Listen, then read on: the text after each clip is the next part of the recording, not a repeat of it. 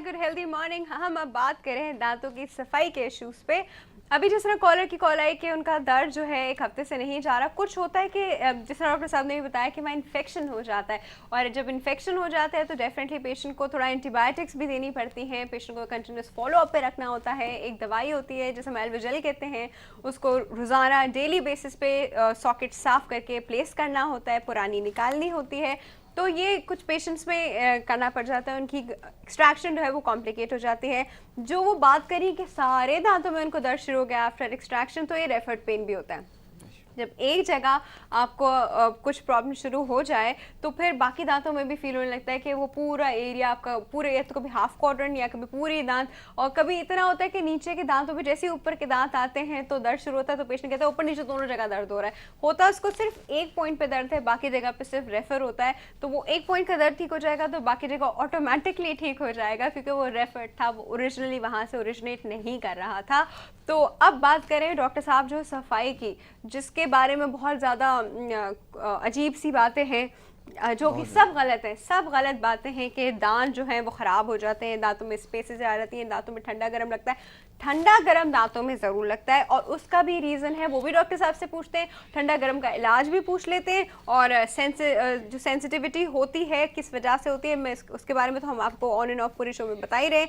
लेकिन स्केलिंग क्या होती है इस पर हम थोड़ा आपको बहुत अच्छे से डिटेल में डॉक्टर साहब बताते हैं। डॉक्टर साहब, ये स्केलिंग जो होती है ये करानी क्यों इम्पोर्टेंट है, इसके क्या, इससे जो मिथ्स रिलेटेड हैं वो कितने ज़्यादा, उनमें कितनी वैलिडिटी है, और ठंडा गर्म क्यों लगता है? बहुत अच्छा क्वेश्चन किया आपने।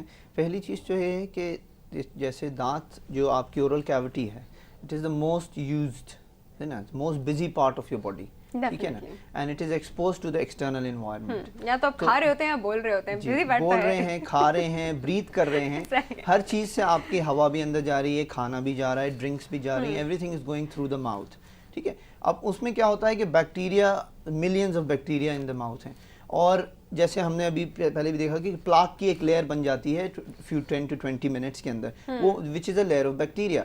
अब स्केलिंग इसलिए ज़रूरी है कि उस प्लाक की लेयर को अगर हम ब्रश ना करें for a few days, sticky layer होती है, पीली पीली सी, आप लोग खुद भी कभी फील करते होंगे दांतों के ऊपर कुछ चिपका चिपका आ रहा है। एग्जैक्टली और वो नज़र नहीं आती जब तक कि एक हफ्ते तक या 1-2 दिन तक आप ब्रश ना करें, वो नज़र आती है। अगर आप ब्रश ना करेंगे वो प्लाक की लेयर बिल्ड होती है, रेजिलियंट हो जाती है, वो रिमूव नहीं हो सकती फिर ब्रशिंग से। दैट इज़ वाई कहा जाता है depending on the susceptibility of the patient, कितना पेशेंट को मसूड़ों का मसला है, कितना मोटिवेटेड है सफाई में, उस पर डिपेंड करता है कि पेशेंट को हर 3 महीने में डेंटिस्ट से सफाई करानी चाहिए या 6 महीने में। डिपेंड करता है अगर वो स्मोकिंग में है या पान छालियां में है, हैबिट्स क्या है। हाँ, तो उसमें तो जो और जल्दी जल्दी, एक तो ये habits in the first place ये गलत है, बिल्कुल गलत है। इससे तो दांत कोई बगैर किसी रीजन के झड़के गिर जाते हैं। तो लेकिन अगर आप लोग कर भी रहे हैं और नहीं रोक पा रहे, आदत होती है लोगों को, तो फिर तो डेफिनेटली आपका डेंटल विजिट तो हर 3 महीने में होना ही चाहिए। डेफिनेटली। और डॉक्टर साहब ये भी कहते हैं कि 48 आवर्स तक अगर ब्रश ना करें तो वो जो प्लाक की लेयर है, जो स्टिकी लेयर है, फिर वो उतरती नहीं है। एग्जैक्टली वही मैं कह रहा हूँ, इसीलिए आपको डेंटिस्ट को देखना पड़ता है। पेशेंट्स हमारे जो मरीज हैं वो समझते हैं कि ये हम भी उतार सकते हैं। कभी कभी ये भी हैबिट्स हमने देखी हैं कि पेशेंट्स अपने ही इंस्ट्रूमेंट, कोई शार्प चीज़, कोई कील, कोई टूथपिक से उसको जो है साफ करने की कोशिश करें, विच इज़ वेरी डेंजरस। गाड़ी की चाबी, हाँ, गाड़ी की चाबी हो गई, चाबी। ऐसी चीज़ें जो हैं ये बिल्कुल भी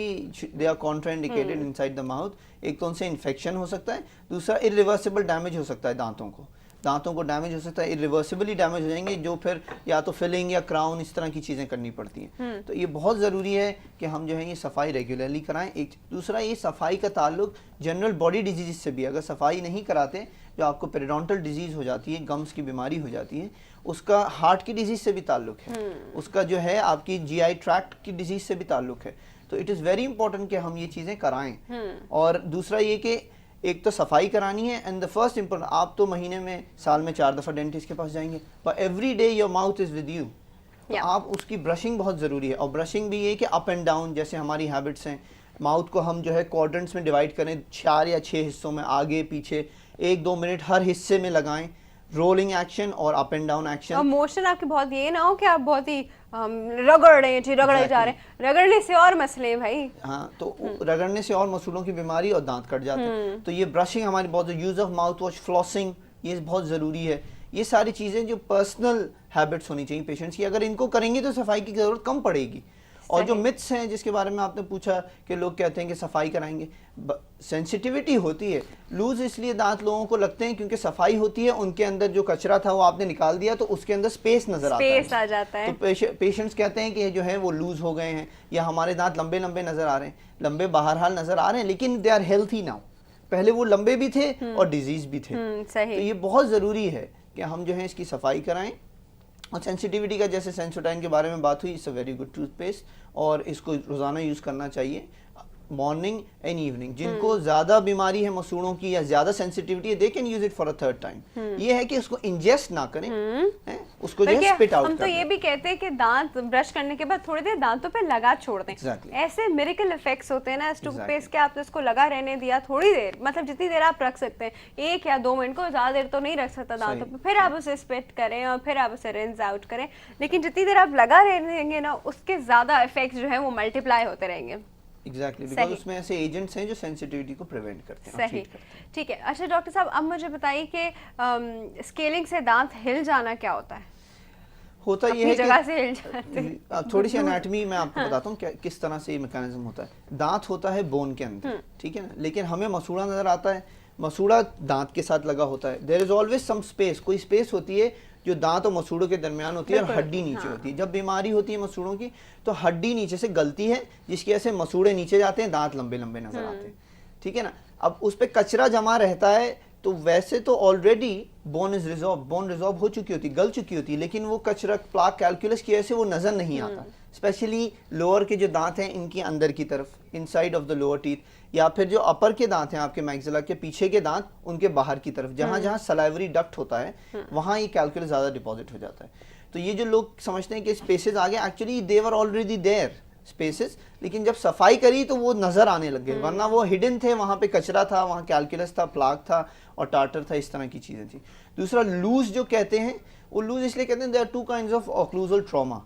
एक ट्रॉमा होता है कि अब आपका दांत देखे ना, गल रही है हड्डी, तो दांत का सपोर्ट जो था that was from the bone, bone के अंदर वो इम्बेड थी, अब वो गलने लग गई तो दांत का सपोर्ट कम हो गया। तो हम अगर च्यू करते हैं तो इनिशियली लगता है डिजीज टूथ में कि वो दांत हिल रहे हैं, वो हिल नहीं रहे होते, वो अपने सॉकेट में मूव कर रहे होते हैं। There's always a few 100 millimeters right left up and down move कर सकता है। मोबिलिटी हर दांत के अंदर होती है ताकि वो हमारे च्यू करने में हमारे काम है। अच्छा डॉक्टर साहब, आपका ये जो फील्ड है क्राउन ब्रिज वाली, क्राउन एंड ब्रिज हम लगा लेते हैं तो फिर तो सफाई का बहुत ज़्यादा ख्याल रखना पड़ता है पेशेंट को उसके, क्योंकि उसके अराउंड में इम्पैक्शन का बड़ा इशू हो जाता है, फूड इम्पैक्शन का। तो क्राउन ब्रिज के अराउंड में सफाई कैसे रखी जाती है? क्राउन ब्रिज के अराउंड में फर्स्ट ऑफ ऑल तो ये है कि हम फ्लॉस जरूर करें। फ्लॉस इज कभी होता है ब्रिज पे बीच में तो आप फ्लॉस नहीं कर सकते, लेकिन ब्रिज के एंड्स में आप फ्लॉस करें। बीच में ये है कि there is always a brush floss, या हम कहते हैं उसको सुपर फ्लॉस। सुपर फ्लॉस जो ब्रिज होता है उसमें एक दांत होता है, जैसे नाज़रीन को बता दें, एक दांत होता है जो आर्टिफिशियल जो मिसिंग होता है, और 2 दांत होते हैं जिनके ऊपर क्राउन लगाया था, जो सपोर्ट करते हैं, उनको हम अबटमेंट कहते हैं।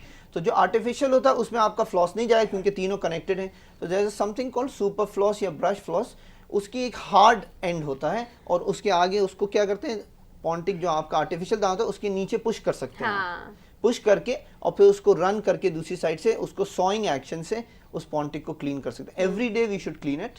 रोजाना खाना खाने के बाद उसको दांत को, क्योंकि वहाँ कुछ ना कुछ खाना जरूर फंस जाता है और वो इतने आराम से ना ब्रश वहाँ पहुँच सकता है ना फ्लॉस वहाँ पहुँच सकती है। तो ये हमारे पेशेंट यही कहते हैं कि ब्रिज के नीचे उनको बड़ा अजीब सा लग रहा है, फिर जो उनका ब्रिज रिमूव करते हैं तो वहाँ पे गम इतने बुरे हालात में कोई नजर आता है। इसी वजह से उसकी सफाई नहीं हुई थी, इसी वजह से एग्जैक्टली कि उसकी सफाई नहीं हुई थी। वो माउथ वॉश भी अगर यूज करें तो mouth wash reaches those places also, तो mouth wash is also very useful in this condition. हाँ, क्राउन एंड ब्रिज में हम लोग माउथ वॉशेस जरूर देते हैं, क्योंकि जहाँ पे हम लोग की ब्रशिंग एक्शन नहीं जा पा रहा होता है डेफिनेटली, और फ्लॉस भी नहीं कर पा रहे होते पेशेंट को ज्यादा फ्लॉस, अक्सर तो पेशेंट्स को बोलो ना फ्लॉस, कहते हैं ये क्या चीज है, मतलब they really don't know what floss is. तो मतलब आपको कभी कभी पेशेंट को इस लेवल से लाके एजुकेट करना होता है कि फ्लॉस भी एक धागा है जिसको हम यूज करते हैं 2 दांतों के बीच में सफाई के लिए, क्योंकि ब्रश 2 दांतों के बीच में नहीं जाता है।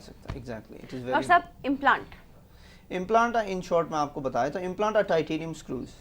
This is the future of dentistry. Implant देखिए, दांत निकल जाता है, अभी हमने ब्रिज की बात की, ब्रिज उस वक्त बनता है जब आगे पीछे का दांत काटे, जब दांत को काटा जाता है तो उसमें सेंसिटिविटी होती है, फिर खाना फंसता है, बहुत सारे प्रॉब्लम्स होते हैं, दांत की नस जो है डेड हो जाती है, नर्व, फिर रूट कैनाल करना पड़ता है। Implant is something which is excellence कह सकते हैं, is the future of dentistry, क्योंकि उसको किसी दांत से सपोर्ट नहीं लेता, बोन के अंदर डाल, उसमें बोन के अंदर डाल दिया जाता है, बोन के अंदर वो जिसको हम कहते हैं ऑसियो इंटीग्रेशन, बोन उसको पकड़ लेती है, बोन में क्वालिटी है, उसका सरफेस अच्छा होता है इम्प्लांट का, और फिर उसके एक दफ़ा जब वो हील हो जाता है 8 हफ्ते में, उसके बाद उसके ऊपर स्क्रू फिटेड जो है वो क्राउन्स लगाए जाते हैं, दांत लगाए जाते हैं, ब्रिज लगाए जाते हैं। और ये implant was initially developed for those patients who were edentulous, जिनके कोई दांत नहीं होते थे, क्योंकि वो 32 जिसको हम कहते हैं कंप्लीट डेंचर्स वो पहना करते थे। अब ये डेंचर्स पे भी हम बात करते हैं डॉक्टर साहब, हमारे पास एक कॉल है, ले लेते हैं। अस्सलाम वालेकुम। वालेकुम सलाम, राफी मुरसलीन बोल रहा हूँ कराची से। मुरसलीन साहब कैसे हैं आप? फाइन, आप सुनाए कैसे हैं? बीच में आप काफी दिन गायब रही, मालूम हुआ कि आपकी मम्मी की तबीयत सही नहीं थी। अच्छा, वो आपको पता चल गया? हाँ जी, वो उनकी तबीयत थोड़ी ठीक नहीं थी। अब बेहतर है? अब बेहतर है। चले, अल्लाह को सेहत दे, बहुत शुक्रिया। मैं ये डॉक्टर साहब से मालूम करना था दांतों के हवाले से कि एक डायबिटिक पेशेंट को अपनी स्कैनिंग जो है या अपना चेकअप कितने दिनों में कराना चाहिए?